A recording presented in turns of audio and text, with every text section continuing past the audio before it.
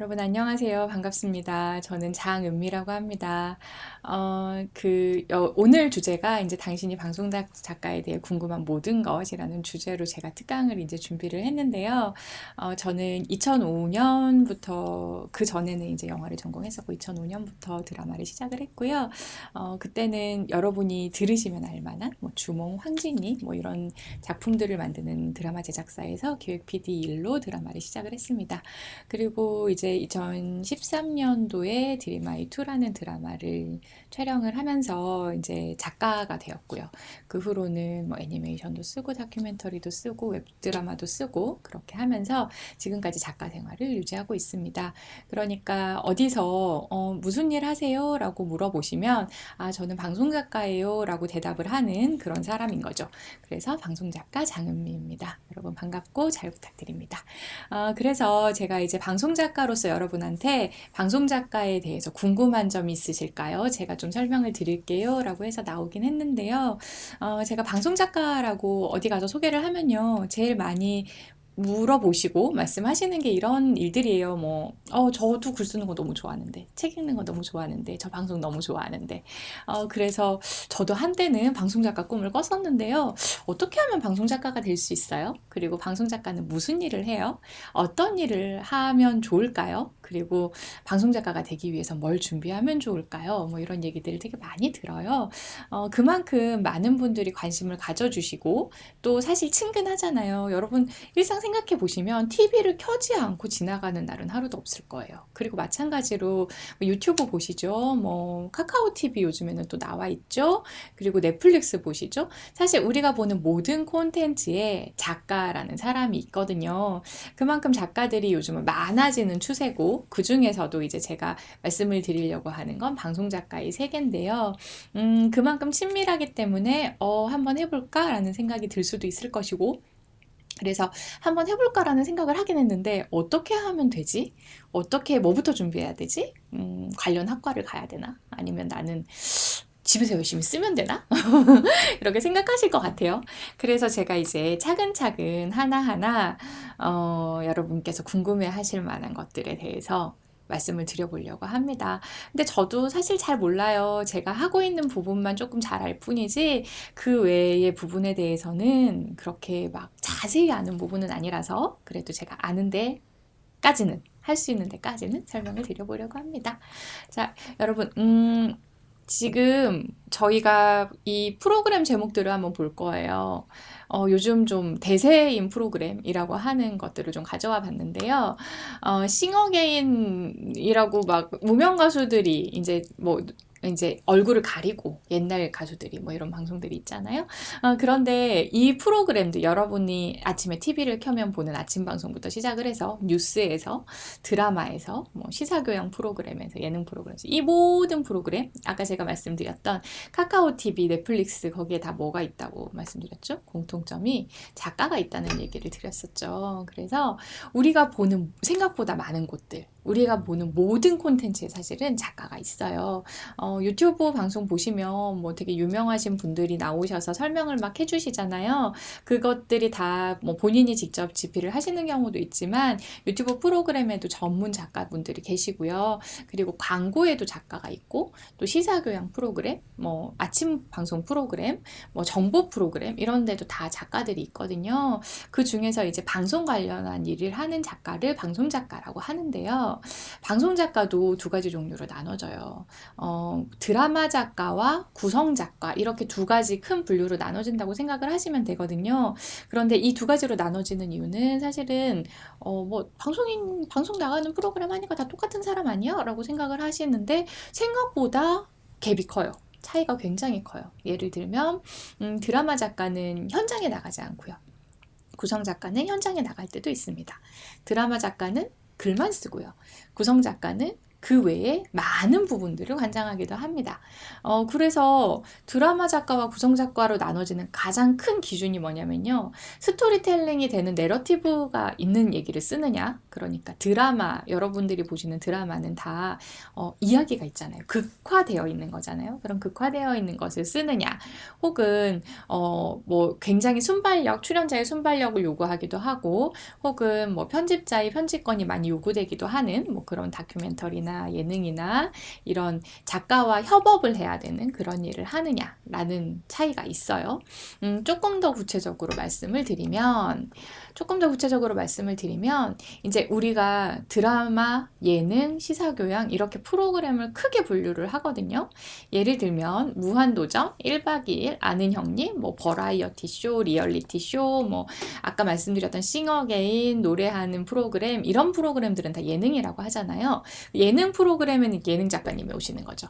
그리고 그것이 알고 싶다. 다큐멘터리, 뭐 특집 다큐, 격동 30년, 뭐 이런 프로그램 할 때는 다큐멘터리 작가님, 그러니까 교양 작가, 시사 교양 작가라고 하는 다큐멘터리 작가님들이 집필을 하십니다.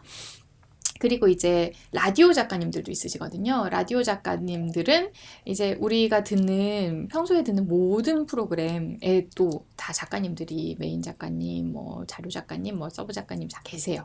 그렇게 작가님들이 있으시고, 여러분들이 이제 즐겁게 보시는 드라마에도 작가가 있습니다. 그런데 이제 작가가 무슨 일을 하는지에 따라 되게 많이 달라져요. 제가 아까 말씀드렸듯이 드라마 작가하고 구성 작가는 하는 일이 완전히 달라요. 그래서 그 말씀을 좀 드려보려고 해요. 사실 저는 구성 작가 쪽은 잘 모릅니다. 제가 드라마 작가로 시작해서 구성 작가로 가는 경우는 사실 잘 없고요. 또 구성 작가로 시작해서 드라마 작가로 오시는 경우는 가끔 있어요. 그래서 박혜련 작가님이시나 김영현 작가님이시나 아주 유명하신 작가님 중에 구성 작가, 예능 작가로 시작하셨다가 좋은 작품들을 많이 쓰시고 이제 드라마로 오시는 그 이우정 작가님 또 그러시죠. 네, 신원호 PD님하고 같이 작업하시는 그런 작가님들이 계신데, 드라마 작가가 구성 일을 할 일은 사실은 이렇게 경계가 많이 명확하게 되어 있어서 기회가 잘 없거든요. 그래서 저는 구성 작가가 하는 일은 잘은 모르지만 그래도 설명을 드려볼게요. 구성 작가는요, 그 방송 제작의 A to Z를 다 관장한다고 생각하시면 돼요. 그러니까 기획 단계에도 참여하고요. 기획을 하면 뭐 우리 무슨 프로그램 만들까? 이런 얘기 하잖아요.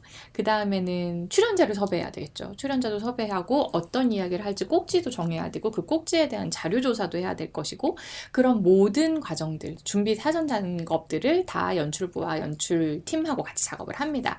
그리고 섭외가 되면요, 촬영이 들어가잖아요. 촬영장에도 직접 가세요. 그래서 왜 옛날에 1박 2일 보시면 왕 작가님 막 부르잖아요. 왕 작가님이 이우정 작가님이신데 막 불러가지고 출연도 하시고 그렇게 현장에도 다 가십니다. 그렇게 촬영을 다 한 다음에는 프리뷰라고 해서 또 녹화분을 보면서 정리까지 하세요. 정리하고 그 중에서 어떤 것을 살리고 죽일 것인가, 구성을 할 것인가 결정을 한 다음에 대본을 쓰고, 그 대본을 또 편집하고 나면 편집본 위에 자막 스크립터를 입히는 것까지가 다 구성 작가 일입니다. 엄청 많죠. 여기서부터 이까지죠. 그렇기 때문에 구성 작가는 사실 한 명이 할 수가 없어요. 시스템이 있죠. 왕 작가님이라고 하는 그 이우정 작가님 생각하시면 되는데, 왕 작가님 있고, 그 다음에 각 꼭지를 담당하시는 서브 작가님이 있으시고, 그 다음에 막내 작가님 있으시고, 뭐 프리뷰 하는 팀 따로 있고, 스크립터 하는 팀 따로 있고, 이런 식으로 구성 작가 쪽은 하나의 팀으로 움직인다고 생각을 하시면 돼요. 체계가 잘 잡혀 있고, 이렇게 피라미드 형식으로 인원수가 점점 많아지면서 한 프로그램을 담당하는데 월요일 담당, 화요일 담당, 수요일 담당 이렇게 나눠지기도 하고 그렇게 팀이 많이 꾸려지기도 합니다. 그런데 드라마 작가는요, 이것만 해요. 되게 쉬울 것 같죠? 네, 드라마 작가는 요것만 합니다. 그러니까요, 나 무슨 드라마 만들까? 기획을 하고요. 그 다음에 나 이런 얘기 하고 싶어요. 연출자 만나서, 제작 PD 만나서 같이 얘기를 하고 편성에 들어가면 대본을 씁니다.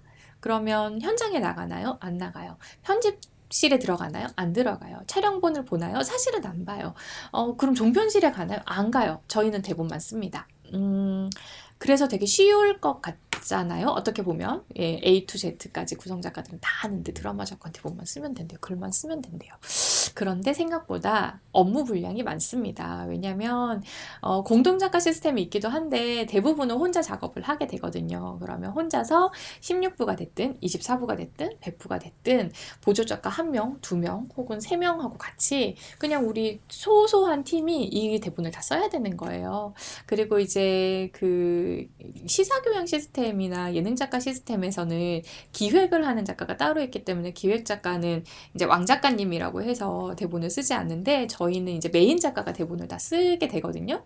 그러니까 내가 이 드라마의 메인 작가예요 라고 하는 것은 기획 단계부터 엔딩까지 제가 다 제 손으로 썼습니다. 담당을 했습니다. 라는 얘기고 분량이 한 회당 A4 용지 30페이지 이상 정도 되기 때문에 한 드라마가 끝나고 나면 500페이지 정도의 대본을 제가 작성을 했습니다. 미니 시리즈의 경우라고 생각을 하시면 되는 거죠.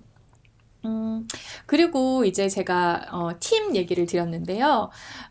좀 명칭이 달라요. 그러니까 구성 작가는 메인 작가, 서브 작가, 막내 작가라고 부르고요.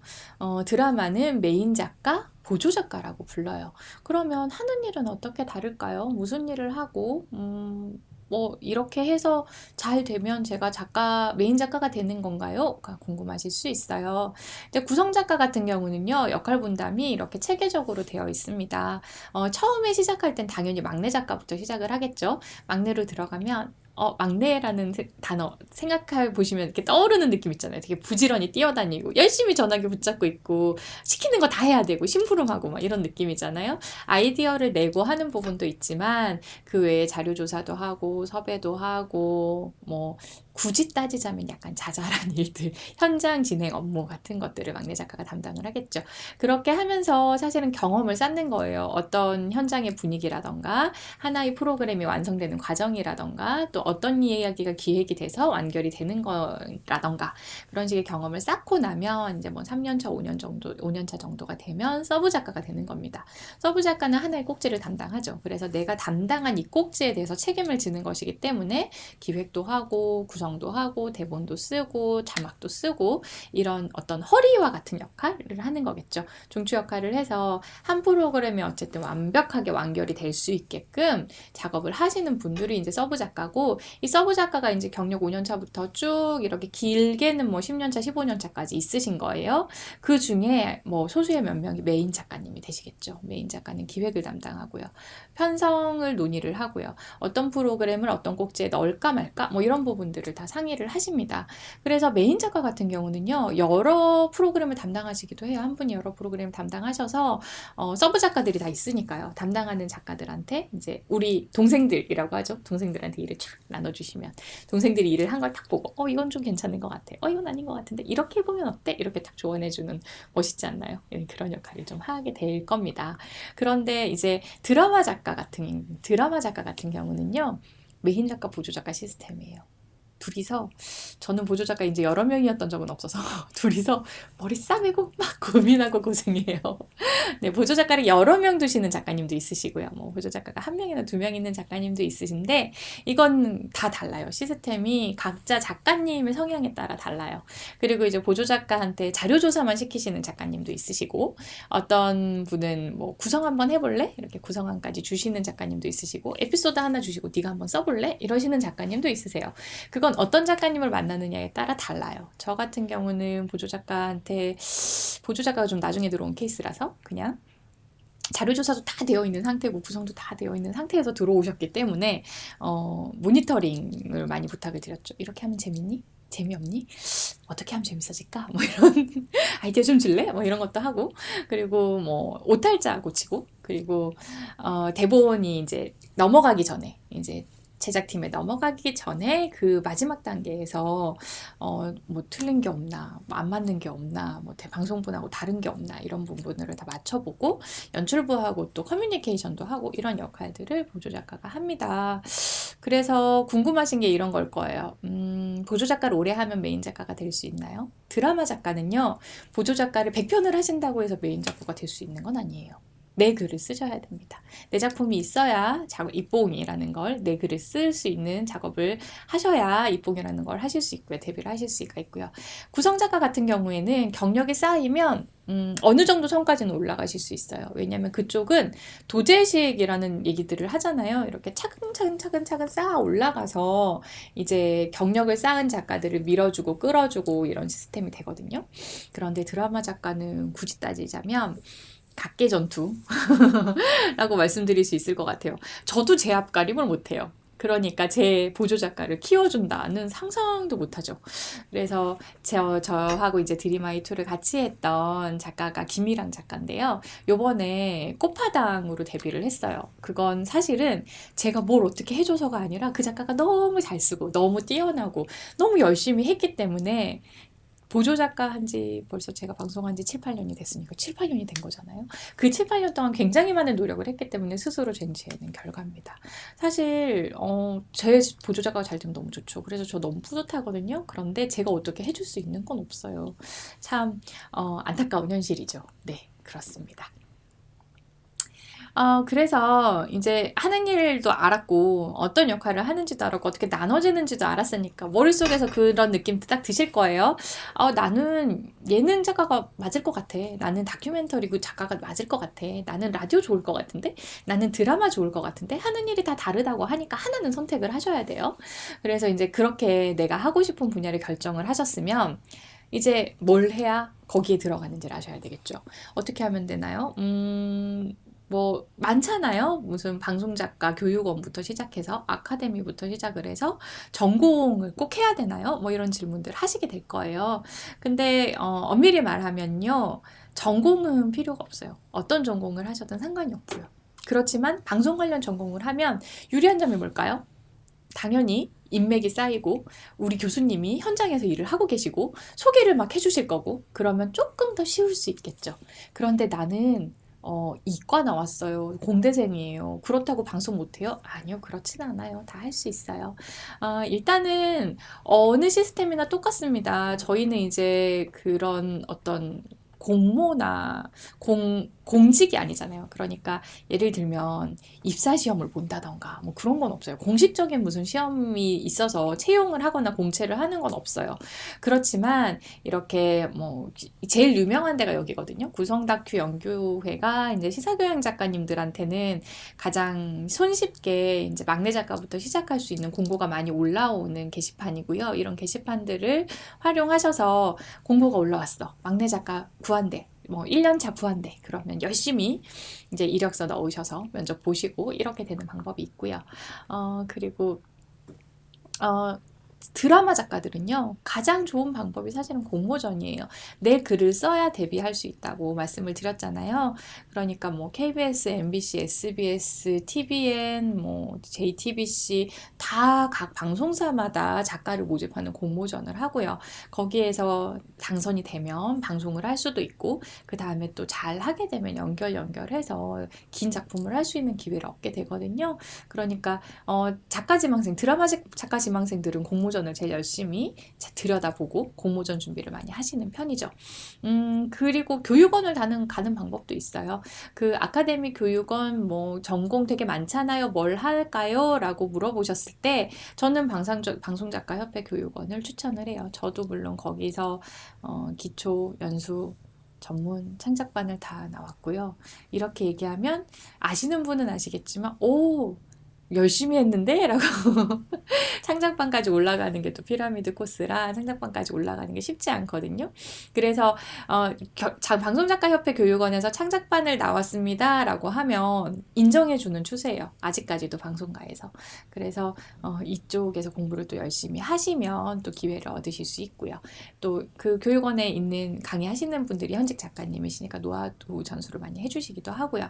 또 그 방송 관련 전공 학과들이 있어서 제가 말씀드렸잖아요. 현직 작가분들을 만나서 접해서 저 이렇게 아이디어가 많아요. 저 이렇게 잘할 수 있어요. 라고 열심히 노력하면 당연히 기회가 더 많이 생기겠죠. 네, 이런 길들이 있습니다.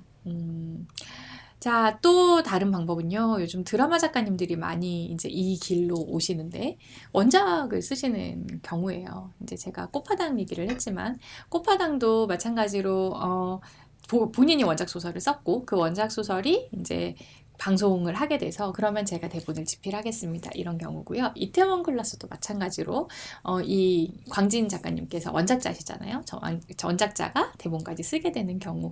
요즘에는 이런 경우, 이런 길로 많이 드라마 작가가 되는 것 같아요. 그런데 여기까지 들으신 분들이 무슨 생각하실지 저는 알고 있어요. 지금 제가 말씀드린 거 있잖아요. 그거 어디서든 많이 볼 수 있는 거 아닌가요? 사실 블로그 보시면, 유튜브 보시면, 뭐 방송 작가 검색만 해보시면 다 알 수 있는 되게 뻔한 정보들이에요. 그런데 저 현직 방송 작가예요. 방송 작가로 일을 하고 있어요. 방송도 했어요. 라고 하면서 여기 여러분께 나와서 설명을 드리고 있는데 누구나 할 수 있는 뻔한 얘기로 이 방송을 끝내야 되나? 이 강의를 끝내야 되나? 라고 얘기를 했을 때 아쉬움이 있겠죠. 저도 아쉬움이 있습니다. 그래서 고민을 좀 했어요. 어떤 말씀을 드려야 되나. 그러면 여러분에게 좀 더 실제적으로 현직에서 일을 하는 사람으로서 조금 사실대로, 팩트, 진실, 좀 당면하기 어려운 현실일 수도 있지만 그런 얘기들을 좀 드려야 되지 않나? 라는 생각을 했어요. 그래서 여러분 오래 기다리셨습니다. 지금 방송 시작한 지 20분 가까이 됐고 그러면 20분 동안 어디서나 들을 수 있는 뻔한 얘기들을 견뎌서 들어주셨으니 지금부터는 제가 조금 더 사실에 가까운 진실에 가까운 당면하기 어려운 그런 얘기들을 좀 드리려고 해요. 제일 큰 질문이 뭘까요? 아까 저 첫 번째 질문에서 돌아가서 그런 말씀 드렸잖아요. 저 이거 하려고 하는데 어때요? 괜찮아요? 할만해요? 그런 질문부터 한번 해볼게요. 방송작가 되는 거 어떨까요? 제가 뭐 이렇게 하면 됩니다라고 쭉 설명을 드렸잖아요. 그러면 이렇게 하면 되겠네라는 생각이 드시나요? 네. 들어가기 어려울까요? 쉬울까요? 방송 작가가 되는 건 어렵습니다. 네, 세상의 모든 일이 쉽지 않잖아요. 공무원 시험 얘기할 때 이런 얘기 하죠. 요거 공부하시면 되고요. 요거 요 정도만 맞으시면 공무원 되실 수 있어요. 라고 얘기를 하지만 공무원 되는 거 쉽나요? 어렵나요? 어려워요. 대기업 들어가는 거 어려워요. 사실 모두가 하고 싶어 하는 일은 어렵습니다. 왜 어렵나요? 경쟁이 세니까요. 방송 작가도 제가 그런 말씀 많이 듣는다고 말씀드렸잖아요. 저도 이거 하고 싶었는데 이거 하고 싶은데 어떻게 하면 돼요? 하고 싶어 하는 사람들이 참 많은 그런 파트입니다. 그러면 하기가 쉬울까요? 어려울까요? 어려워요. 네, 경쟁이 셉니다. 그런데 조금 더 솔직히 말씀을 드리면요. 방송 작가가 되는 것보다 방송 작가로서 버티는 게 훨씬 더 어렵습니다. 네, 그거를 꼭 말씀드리고 싶어요. 구성이나 교양 쪽은 제가 잘 몰라요. 그렇지만, 어떤 그 막내 작가 하셨던 분들이 경험담을 올린 걸 블로그에서 봤는데, 본인이 왜 막내 작가에서 더 올라가지 않고 관뒀느냐. 내 사생활이 없더라. 계속 전화 붙들고 살아야 되고, 주말도 없고, 낮도 없고, 밤도 없고, 방송 하나에 이렇게 매여 살아야 되는데, 나는 그렇게 계속 삶을 지속할 방법이 없더라. 는 얘기를 하시더라고요. 되게 공감했고요. 드라마 작가들도 마찬가지인 것 같아요. 지금은 조금 달라졌을 수 있어요. 왜냐면 주 52시간 체제가 시작이 됐고, 그래서 사전 제작도 많이 하고, 뭐 반사전 제작도 하고 그렇기 때문에 옛날처럼 초를 다투는 작업은 아니에요. 그런데 옛날 드라마의 제왕 보셨나요, 혹시? 거기 보면 첫 장면이 김병민이 막 오토바이를 막 쏴서 종편실로 테이블 날르고 막 이런 장면들이 나오잖아요. 저희는 그런 시대부터 방송을 시작을 했거든요. 그러니까 방송이 하루 쉰다. 중간에 주인공이 바뀐다. 방송이 중간에 없어진다. 뭐 한 주 쉰다. 이거 정말 저희는 상상도 못하는, 방송이 펑크 난다는 건 세상이 무너지는 것 같은 그런 일이었을 때 제가 방송을 시작을 했고요. 그런데 지금은 뭐 음주운전 때문에도 3주 쉬고 뭐 이런 일이 생기잖아요. 그러니까 그렇게 편성의 유동성이 생긴 게 좀 많이 달라진 사례인 것 같긴 해요. 그런데도 오래 전부터 10년, 15년, 20년 전부터 이제 방송을 해오셨던 분들은 방송에 대한 어떤 사명감이 있어요. 펑크나면 안 돼. 내가 보는 건 전 국민이 다 보는 것이기 때문에 내 말 한마디 한마디, 내가 쓰는 대사 한마디 한마디, 문장 한마디 한마디에 완벽을 기해야 돼. 방송 한 컷을 그냥 찍을 수 없어. 라는 사명감들이 있거든요. 그런데 그 사명감이 사람으로 하여금 밤낮 없게 만들고 주말도 없게 만들고 아침부터 밤까지 밤새도록 고민하게 만들고 막 그런 일이 생깁니다. 그런데 이것을 단지 직업으로 생각하시는 분들한테는 당황스러울 수밖에 없죠. 네, 예를 들면 나는 보조 작가예요. 메인 작가가 새벽 3시에 전화를 해요. 야, 내가 방금 에피소드가 생각났는데 너 이거 어떠니? 재밌니? 저는 지금 잠에서 깼는데요. 이러실 거면 야근 수당을 주시던가요. 추가 수당을 주시던가요. 저는 8시간만 일을 하는데 그 이후로는 8시간 이후에는 1.5배 금액을 주시던가요. 이렇게 되는 경우가 있을 수 있거든요. 근데 참 방송 일이라는 게 그렇지가 않아서 그러다 보니 나는 워라밸이 중요하고 내 삶이 너무 소중하고 그런데 이 사람들은 왜 방송이라는 것에 목숨을 걸고 내 인생을 바치는 건가라는 생각이 들면 일을 하기가 쉽지가 않은 것 같아요. 네. 물론, 그렇게 일을 하는 게 좋다는 얘기는 아닙니다. 그렇지 않고, 그냥 즐겁게, 신나게, 화기애애하게, 그렇게 작업을 하시면 더 좋죠. 그게 베스트죠. 근데 그렇게 해서 좋은 결과물이 나오면 완벽한 것 같아요. 근데 워라밸을 지켜가면서, 놀 거 다 놀고, 뭐 할 거 다 하고, 그러면서 작품을 잘 쓰기가 웬만한 천재가 아니고선 쉽지 않나라는 생각이 듭니다. 왜냐면 저도 방송을 일찍 시작했잖아요. 네, 데뷔를 빨리 했거든요.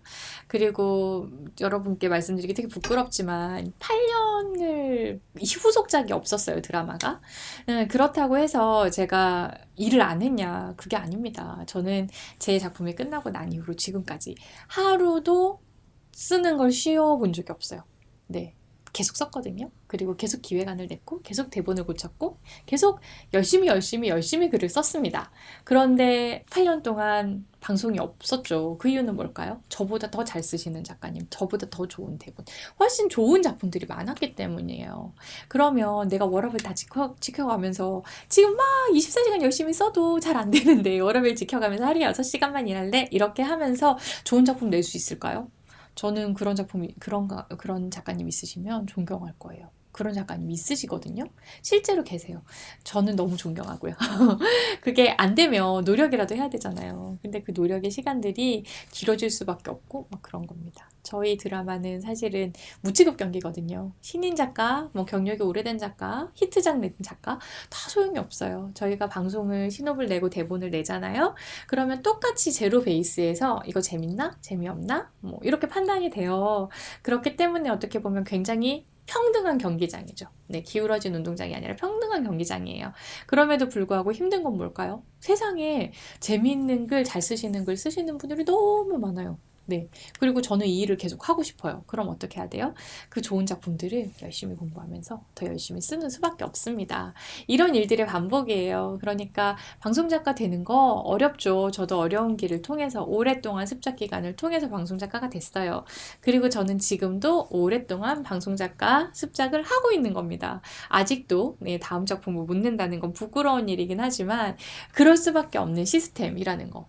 누군가 나보다 더 좋은 작품을 쓰면 어쩔 수 없다는 거라는 말씀을 드리고 싶어요. 그러니까 작가 되는 거 어렵죠. 그런데 작가로 버티는 건 더 어렵죠. 라는 걸 여러분께서 조금 짐작을 하셨으려나요? 네, 제가 좀 솔직히 말씀드렸으니까. 네, 그렇다고 해서 저는 포기하진 않았고요. 여러분들도 마찬가지예요. 어떤 작가 지망생도 마찬가지예요. 포기하실 필요 없어요. 제가 글을 잘 쓴다 못 쓴다는요. 저만 알 수 있어요.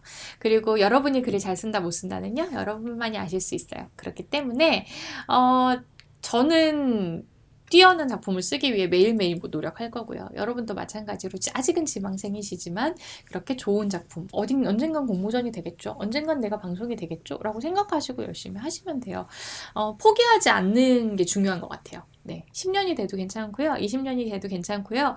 글은 그냥 내 생활인 거예요. 내가 그냥 열심히 같이 가는 거죠.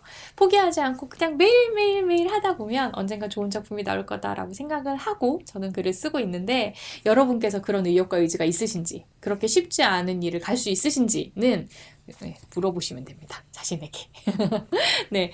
그래서 제가 이런 말씀 드릴게요. 방송 작가가 갖춰야 될 자질이 있을까요? 라는 질문을 하기 전에 이런 말씀을 드린 이유가 뭘까요? 어, 네, 눈 똑바로 뜨시고, 눈 크게 뜨시고, 각오를 좀 다지시고, 그럼에도 불구하고, 나 그래도 하고 싶어. 재밌을 것 같아. 왜냐면, 많은 사람들이 하고자 하는 일에는 이유가 있는 거잖아요. 그 이유가 뭘까요? 재밌으니까. 그리고 보람이 있으니까. 중독성이 있으니까. 왜 그렇게 막 제가 말씀드렸잖아요. 10년, 20년을 하루도 빠짐없이 글을 쓰고, 10년, 20년을 하루도 빠짐없이 좌절을 해요. 나는 아직도 방송을 못했네? 라고 하면서, 그런데도 왜 포기하지 않을까? 그만큼 이 일이 매력적이고 재밌기 때문이에요. 그러니까 여러분, 너무 두려워하지 마시고, 네. 그럼에도 불구하고, 나 한번 해볼래. 라고 하면, 뭐부터 갖춰야 될까요? 나는 방송작가가 될 자질이 있을까요? 라는 부분들에 대해서 제가 조금 설명을 드려보려고 해요. 여기서부터는 이제, 각오가 되어 있는 분들이 보실 것 같아서, 네. 그런 각오로 요 질문들을 보시면 조금 느낌이 다를 것 같아서, 네. 요 시점에서 제가 말씀을 드린 거고요. 자, 일단은 이 시사교양, 예능 작가든, 시사교양 작가든, 드라마 작가든 마찬가지예요. 머릿속이 막 바쁘신 분들이 작가로서 유리해요. 그러니까 막 이 얘기 했다가 이건 어때? 이 얘기가 막 나오고 그런데 이건 어때? 이건 어때요? 끊임없이 생솟는 아이디어 창고인 분들이 있어요. 이런 분들이 정말 유리해요. 저는 드라마 작가니까 드라마 기준으로 설명을 좀 드려볼게요. 똑같은 얘기를요. 한 회를 10번, 20번, 30번을 써야 될 경우가 있어요. 그런데 한 회를 똑같이 한 10번을 써도 즐겁잖아요. 그런데 그걸 다르게 조금씩 다르게 이 캐릭터가 이렇게 하면 어떨까? 이런 일이 겪으면 어떨까? 이런 상황이 있으면 어떨까? 이렇게 바꿔가면서 써야 보는 사람이 지루하지 않고 쓸 수 있는 거잖아요. 그러려면 아이디어가 정말 많아요. 네, 생각해도 얘기가 끊임없이 샘솟는다. 그러면 작가가 될 자질이 있으십니다. 그리고요. 좀 센시티브 하셔야 돼요. 요즘 뭐가 핫하지? 어디가 핫하지? 뭐가 유행이지? 요즘 이런 말 쓰는데? 뭐 이런 거 굉장히 빨리 접하셔야 돼요. 빨리 접하시고 거기에 성구안이 있으시면 좋아요. 예를 들면 펭수가 대세예요. 그런데 지금 제가 펭수가 출연하는 거를 대본에 쓴다고 생각해 보세요. 한 달 후, 두 달 후에 나올 건데 그때도 펭수가 대세일까요? 그건 모르는 거죠. 그러면 펭수가 대세이기 시작할 때 그때를 탁 잡아서 캐치해서 방송에 내보내셔야 시의적절한데 이 사람 좀 유행 좀 아는데 라는 느낌을 받으실 수 있을 겁니다. 그리고요 방송 얘기를 할 때 제일 많이 하는 게 진정성이거든요. 저는 진정성이라는 단어가 너무 어려웠어요. 도대체 뭘 어떻게 해야 진정성이 있는 거지? 진정성 있는 글은 어떻게 써야 되는 거지? 라는 생각이 되게 많이 들었는데요. 한 10년을 고생해 보니까 조금 알 것 같아요. 네, 세상을 보는 눈이 달라야 되겠더라고요. 내가 이 세상을 바라보는 눈이 그리고 내가 뭔가를 보는 시선이 깊이가 있어야 되고 조금 더 관찰력이 있어야 되고 통달하고 있어야 되더라고요. 그러니까 저는 사실은 30대 초반에 글을 쓰기 시작했기 때문에 그런 능력이 부족했던 것 같아요. 그냥 가볍게 톡톡 튀는 뭐 그런 글은 쓸 수 있었겠지만 인생이 뭔지 세상이 뭔지 사람들을 어떤 시선으로 바라봐야 되는 건지 거기에 대한 능력들은 좀 부족하지 않았나라는 생각이 들거든요. 그런데 그런 세상을 보는 인생을 보는 깊이가 깊어지면 깊어질수록 더 좋은 글이 나오는 것 같아요.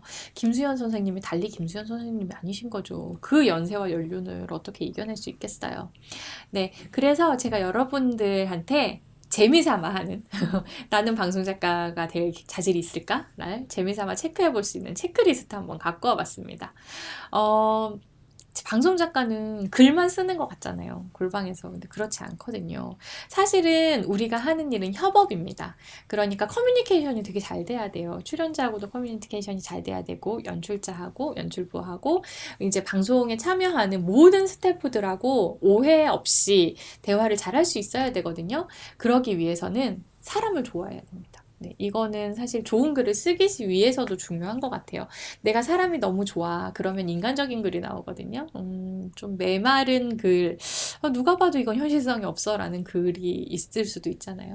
그런데 사람을 좋아하고 기본적으로 사람에 대한 애정이 있어야 글이 좀 잘 나오는 것 같아요. 그래서 나 너무 사람 좋아해. 나 비글형 인간이야. 레트리버형 인간이야. 라고 하시면 그러면 방송 작가로서 조금 유리하실 수 있고요. 그리고 내가 똑같은 말인데 야씨 내가 하면 정말 재밌어 이런 분들 있거든요. 저 강의 들을 때 이정선 선생님 강의를 들었었는데 영화 설명을 막 해주세요 강의 때. 그런데 너무너무 재밌는 거예요. 영화를 보면 선생님께서 해주신 줄거리만큼 재밌지가 않아요. 그만큼 같은 얘기를 얼마나 흥미진진하게 얘기할 수 있느냐, 그게 좋은 작가의 자질이겠죠. 그리고 말하는 걸 일단 좋아해야 돼요. 같은 말을 해도 매력적으로 탁 후킹할 수 있게 말하는 사람, 그리고 다른 사람의 말에 귀 기울일 수 있는 사람. 저 사람은 저렇게 생각하는구나, 이 사람은 이런 시선이 있구나, 아 쟤는 저렇게 사네, 뭐 이런 것들에 관심이 있고 관찰력이 있고 또 거기에 대한 호기심이 있는 사람이 아무래도 유리합니다. 그리고 선물 하나라도 센스 있게 하시는 분들 있죠. 그리고 요즘 핫하다는 핫플레이스 다 찾아다니시는 분들 있죠. 그런 분들 작가 되기 유리하십니다. 그런 건 도대체 어디서 찾는 거야? 진짜 신기해. 막 이럴 정도로 막 좋아하시는 분들 있잖아요. 그런 분들은 아주 감각이 있다고 생각하시면 돼요. 유행에 민감하다도 마찬가지죠. 그러니까 기본적으로는 사실은 좀 사람이 센시티브 해야 돼요. 예민하게 촉수를 탁 세우고 저거는 좀 핫한데? 저건 좀 괜찮은데? 이건 좀, 펭수, 나 될 줄 알았어! 막 이렇게 생각하시는 분들. 네, 그런 분들 방송 작가들 자질 있으십니다. 그리고 로그라인만 봐도, 포스터만 봐도, 누가 출연했는지 봐도, 이 얘기야? 저건 될 것 같은데? 저 사람 될 것 같아. 나는 프로듀스 101 중에 얘를 찍었는데 얘가 드디어 우승했어. 뭐 이런 사람들 있죠. 그런 분들은 대중의 취향을 굉장히 잘 알고 계신 분들입니다. 이런 분들이 작가가 되면 내 취향과 대중의 취향이 딱 적합할 때 좋은 작가가 되실 수 있거든요. 그러니까 흥행작을 쓰실 가능성이 굉장히 높습니다. 그러니까 대중적인 취향이 나쁘다는 게 아니고요. 저희는 가장 시선이 대중적이어야 되는 사람이거든요. 그렇기 때문에 내가 좋아하는 게 항상 1등해. 내가 좋아하는 게 항상 1위야. 내가 좋아하는 게 늘 잘 돼. 라고 하면, 네, 아주 훌륭한 자질이신 겁니다. 네, 작가 되시면 너무 잘 되실 거예요. 그리고, 아까 말씀드린 현실적인 문제. 네, 뭐라 그랬죠? 보조 작가, 막내 작가요. 되게 미안한 얘기지만 하고 있는 일에 비해서 페이가 너무 적거든요. 이거는 현실화가 되어야 된다고 생각해요, 저도. 너무 현실화가 되어 있지 않은데 그럼에도 불구하고 이 일을 왜 하실까요? 좋아서요. 네, 사실 저희는 모든 사람들이 다 마찬가지입니다. 좋아서 하는 사람들이에요. 그렇기 때문에 내가 정말 좋은 일을 위해서라면 워라밸보단 난 일을 택할래. 나 좀 워커홀릭이야. 이런 사람들이 조금 유리합니다. 나는 내 삶도 너무 소중하고 내가 해야 될 일이 너무 많은 분들 있잖아요. 피부 관리도 받아야 되고 마사지도 받아야 되고 네일샵도 가야 되고 그런데 글도 써야 돼. 이러면 글쓰기가 쉽지 않아요. 그리고 나는 연애도 해야 되고 책도 읽고 싶고 영화도 보고 싶고 여행도 가고 싶고 문화생활도 하고 싶은데 글은 써야 돼. 할 수 있어요. 네, 할 수 있죠. 그런데 오래 걸립니다. 제가 그런 캐릭터거든요. 저는 하고 싶은 게 되게 많은 사람이에요. 그래서 다음 작품 나오는 게 되게 오래 걸리는, 네, 그런 단점이 있습니다.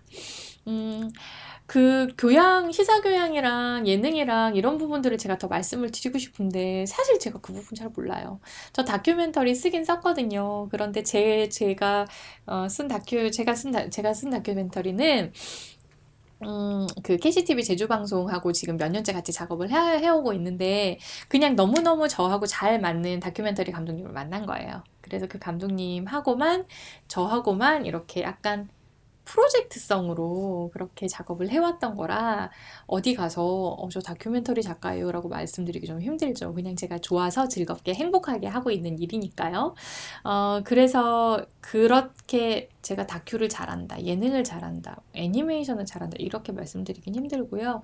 드라마는 한 편만 했지만 잘한다고 말씀드릴 수 있는 게 제작사 일도 했었고 여러 가지로 어쨌든 아직도 자꾸 반복해서 죄송하지만 방송은 못하고 있지만 이 제작사와 일을 하면서 기획을 하고 대본을 쓰고 있기 때문에 저희의 정체성은 드라마 작가예요. 그래서 드라마는 어떻게 만들어지며 드라마 작가가 잘 되려면 어떻게 하면 될지 거기에 대한 말씀을 조금 드리려고 해요. 드라마 편성 과정은요. 순전히 작가 기준으로 본 거예요. 그러니까 다른 스태프 입장에서는 편성 과정이 좀 다를 수 있겠죠. 네, 글씨가 좀 안 보이시죠? 작게 보여서 좀 죄송하긴 한데. 자, 일단은 작가 입장에서 시놉시스를 씁니다. 네, 나는 만약에 맥주 드라마를 쓰고 싶어. 그러면 나 맥주 드라마 쓸래요. 이게 시놉시스의 전부가 아니죠.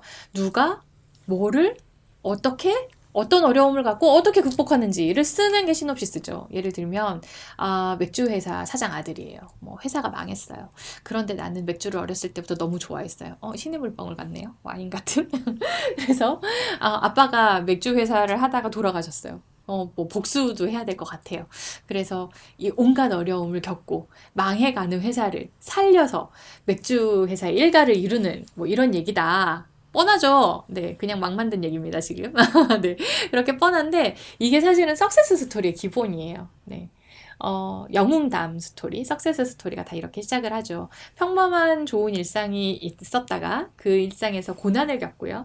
그 고난을 나 분기탱천하여 일어날 거야. 네, 그렇게 해서 온갖 어려움, 우여곡절 끝에 뭐 도움자도 만나고 조력자도 만나고 나쁜 사람도 만나고 하면서 성공하는 얘기, 이것이 영웅당 스토리, 석세스 스토리고요. 이제 이런 얘기를 만약에 만들려고 한다 내가, 그러면 기획안을 쭉 쓰셔야 됩니다. 기획 의도는 뭐고요? 저는 이런 의도로 글을 썼고요. 등장인물은 누가 나오고요. 줄거리가 나와요. 그리고 이 이야기는요. 여태까지 여러분께서 보신 영웅담 스토리하고 이렇게 달라요. 이런 얘기를 쭉 쓰는 제안서가 있습니다. 그 제안서가 일단은 통과가 돼야 돼요. 누구 마음에 들어야 되냐면요. 제작 PD님 마음에 들어야 되고요. 제작사 대표님 마음에 들어야 되고요. 배우님 마음에 들어야 되고 감독님 마음에 들어야 되고 방송국 마음에 들어야 돼요. 이분들을 다 설득시키고 나면 편성이 돼요. 그렇게 설득시킬 때까지 시놉시스 한 장 가지고는 어렵겠죠. 뭐를 해야 될까요? 대본도 막 씁니다. 네. 대본 4개. 16부작의 경우 4부까지 대본을 쓰거든요. 그럼 4부 대본에서 다 나오는 거예요. 이게 왜 뛰어난지 말로 막 설명했잖아요. 근데 이거 다른 드라마랑 이렇게 달라요. 뭐 캐릭터가 뭐 독특하고요. 성공적이고요. 뭐 캐릭터가 정말 여태까지 본 적 없는 캐릭터예요. 말로 다 설명했는데 어떻게 여태까지 본 적 없는 캐릭터가 나올까요? 네, 말투가? 행동이 뭐 예를 들면 뭐 이것도 이제는 클리셰가 됐지만 검사예요. 검사인데 비굴한 검사야. 뭐 검사인데 여자 검사인데 여자 편을 들 줄 알았더니 여자 편을 안 들어. 뭐 이것도 이미 클리셰가 됐지만 이런 식의 다른 점들을 보여줘야 된다는 겁니다. 그 다른 점을 보여줄 수 있는 게 대사와 지문, 행동이겠죠. 대본으로 보여드릴 수 있는 거예요. 그래서 대본 4개, 시놉시스만으로 이거 재밌을 것 같아.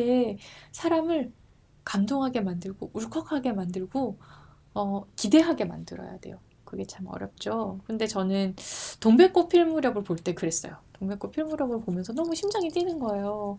너무 이 캐릭터가 애정이 막 가고 사랑스럽고 이 이야기가 너무 따뜻하고 뭉클하고 막 감동적이고 어떻게 해야 될지 모르겠더라고요. 그런 감정이 들게 만들어야 사실은 편성이 되는 겁니다. 그 다음엔 어떻게 해야 되죠? 네. 방송사 프레젠테이션을 하는데요. 프레젠테이션은 미국에서는 작가가 나와서 피칭을 해요. 근데 한국에서는 그렇지 않고요.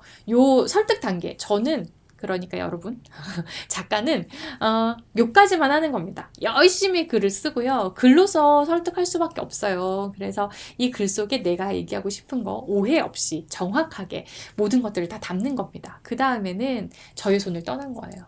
그 다음에는 제작 PD님이 띄워주실 거고 그 프로듀서님들이 다 보시면서 판단해 주실 거고 그리고 캐스팅은 열심히 하고 배우분들이 살려주실 거고 이렇게 되는 겁니다. 그 다음부터 편성이 되면요. 그 다음부터는 뭐 저는 글만 쓰면 됩니다. 네. 내가 글을 쓰는 동안 저 안에서 꿈의 공장이 돌아가고 있습니다. 100명의 스태프들이 좋은 세트를 만들어서 좋은 배우가 너무 이 대본을 애정하는 마음으로 방송을 촬영을 하게 되는 것이죠. 그게 가장 퍼펙트한 케이스고요. 우리 모두가 꿈꾸는 이상향이고요. 뭐 그렇게 되지 않을 수도 있어요. 네, 그렇게 되지 않을 수도 있고 이 대본을 4개를 다 썼지만 편성이 되지 않아서 반려되고 더 좋은 작품에 밀리고 시간이 점점 밀리다가 사장되고 없어지고 이럴 수도 있습니다. 그러지 않기 위해서는 어떻게 해야 될까요? 잘 쓰면 됩니다. 재미있게. 그게 얼마나 어려운지 여러분 잘 아시죠? 네, 그런데 작가한테는 다른 길은 없는 것 같아요. 그냥 재밌게 잘 쓰시면 돼요. 네, 저도 그렇게 쓰고 싶어요. 저도 재미있게 잘 쓰고 싶어요. 자, 그래서 말씀을 드렸는데 어렵죠. 시놉시스가 뭘까요? 드라마 대본이 뭘까요? 그런 건 어떻게 쓰는 걸까요? 저는 한 번도 본 적이 없는데요. 그럼 한 번도 본 적이 없으면 저는 작가가 될 수 없나요? 아니, 하시면 되죠. 네, 사실 그런 건 형식에 불과해요. 진짜 중요한 거는요, 내가 어떤 얘기를 하고 싶느냐, 그리고 그 이야기가 얼마나 재밌느냐예요. 재밌는 얘기가 내 머릿속에 있고요, 내 마음속에 있으면요, 형식은 배우면 돼요. 네, 그게 뭐가 어려울까요? 그런데 이제 트레이닝을 한다고 생각을 해봅시다. 드라마 작가로서 트레이닝을 어떻게 할 수 있을까? 일단은 많이 보는 방법밖에 없어요. 네. 보다 보면요, 내 몸에 DNA가 이렇게 쌓입니다. 축축축축 쌓입니다.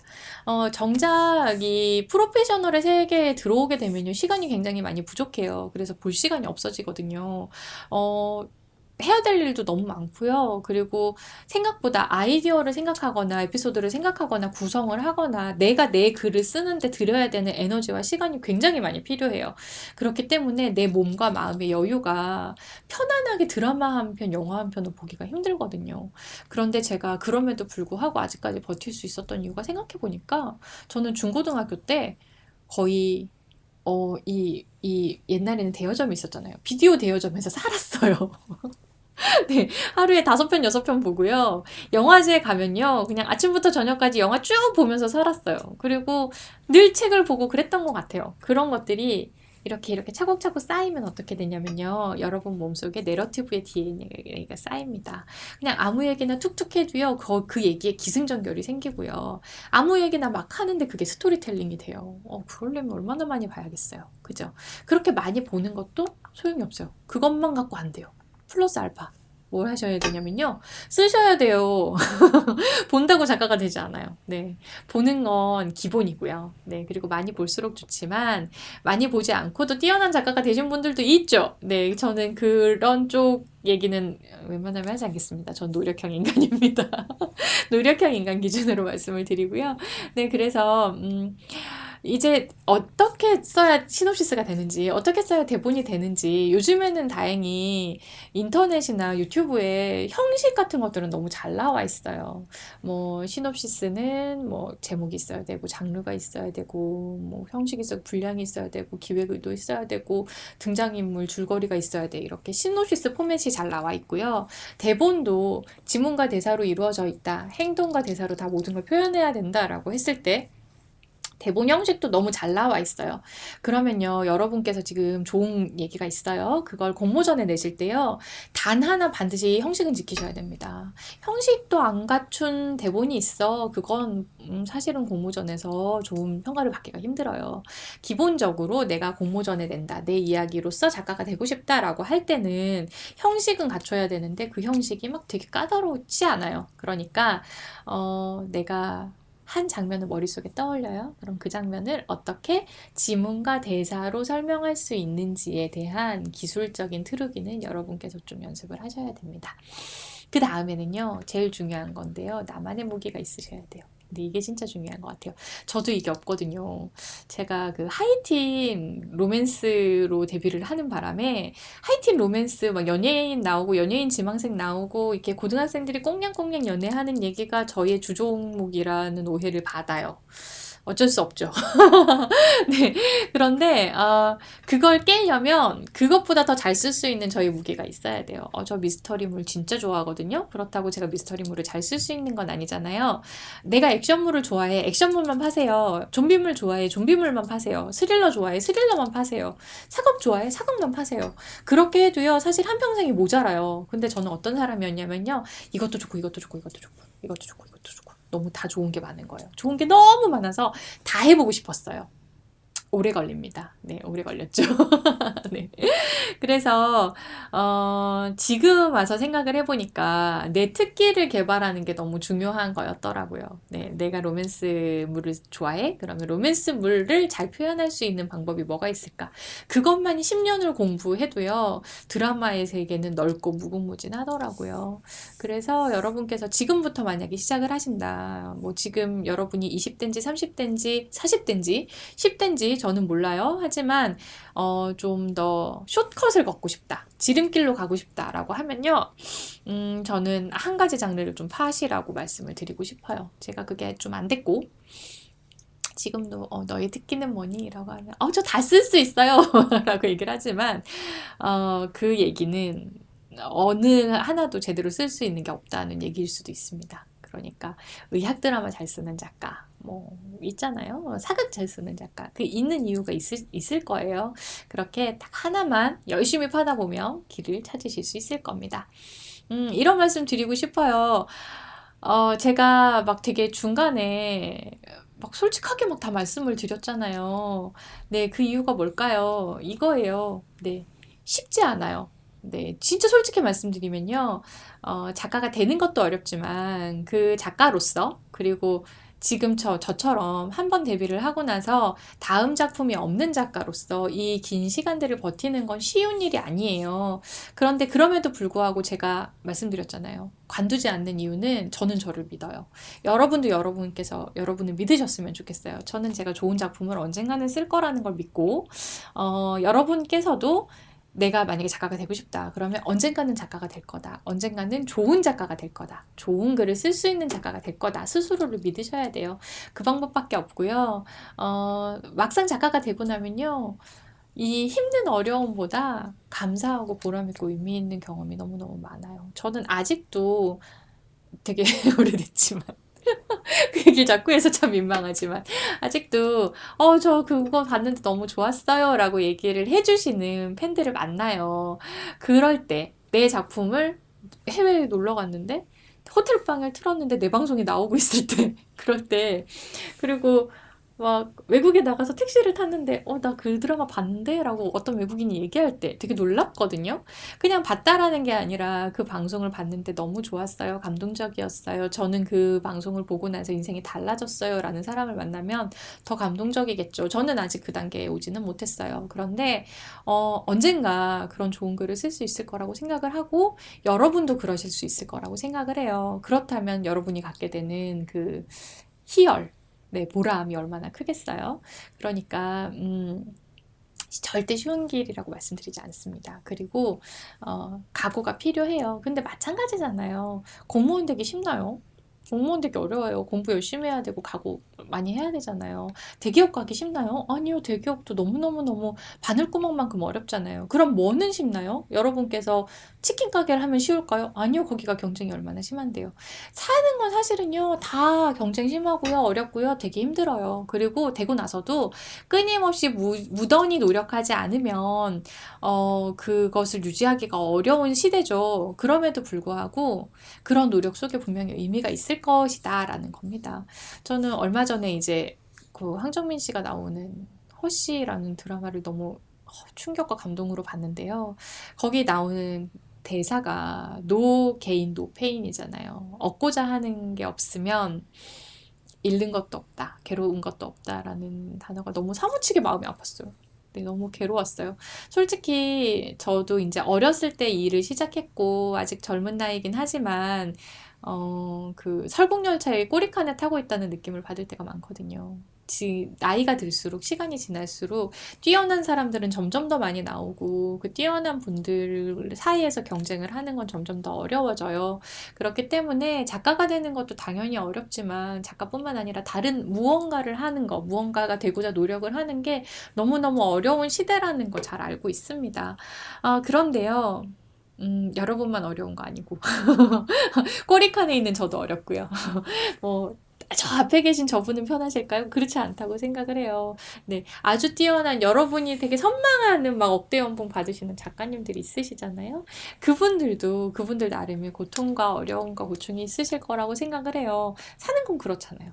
그럼에도 불구하고는 어때요? 그냥 열심히 살면 또 그 나름대로 보람 있지 않을까요? 네, 저는 아직 세상을 조금 덜 살았어요. 너무 어리고. 그래서 더 경험을 해야 되고, 더 열심히 살아야 되고, 작가로서도 아직 미생이기 때문에 이제 완생을 해야 되는데요. 그래서 제가 이런 말씀 드리는 거 다 여러분하고 제가 다르지 않다는 말씀을 드리는 거예요.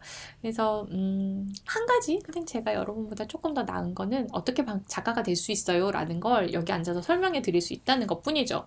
그러면 여러분께서는 이거는 제 뭐 1시간 특강 듣는다고 큰 도움은 안 될 거라는 거 매우 잘 알지만 그냥 마음이 달라졌으면 좋겠어요. 네, 마음이 그냥 작가 한번 해볼까? 쉽게 생각하셨던 분들 아니죠. 작가 쉽지 않다고 제가 100번 말씀드렸어요. 그럼에도 불구하고 내가 하고 싶다라고 했을 때는 오늘 이후로 마음이 좀 달라지지 않았을까라는 생각이 들고요.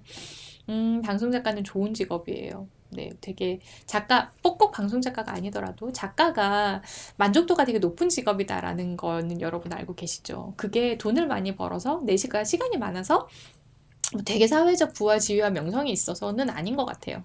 그냥 자기 표현을 할 수 있다는 거. 내가 쓰고 싶은 자리에 앉아서 그냥 오늘 하루 내 인생을 채워갈 수 있다는 것만으로도 그냥 너무 보람된 일이거든요. 그래서 여러분께서 그냥 이 세계를 조금이나마 이번 기회에 들었다 보셨다고 생각해 주셨으면 감사하겠고, 그리고 궁금하신 점 있으시면 언제든지 네, 오세요. 물어봐 주세요. 그러면 제가 아는 건 없지만 아는 선에서 또 설명을 드릴 수 있을 거라고 생각을 합니다. 오늘 뭐 짧은 특강이었지만 그래도 들어주셔서 너무 감사하고, 제가 이 특강을 통해서 여러분들께 드리는 것은 없지만 드릴 수 있는 것은 많지 않지만 그래도 여러분께서 마음속에 뭔가 하나를 꼭 담으셨으면 좋겠다는 생각을 해봅니다. 네, 여러분 고생 많이 하셨습니다. 들어주셔서 고맙습니다.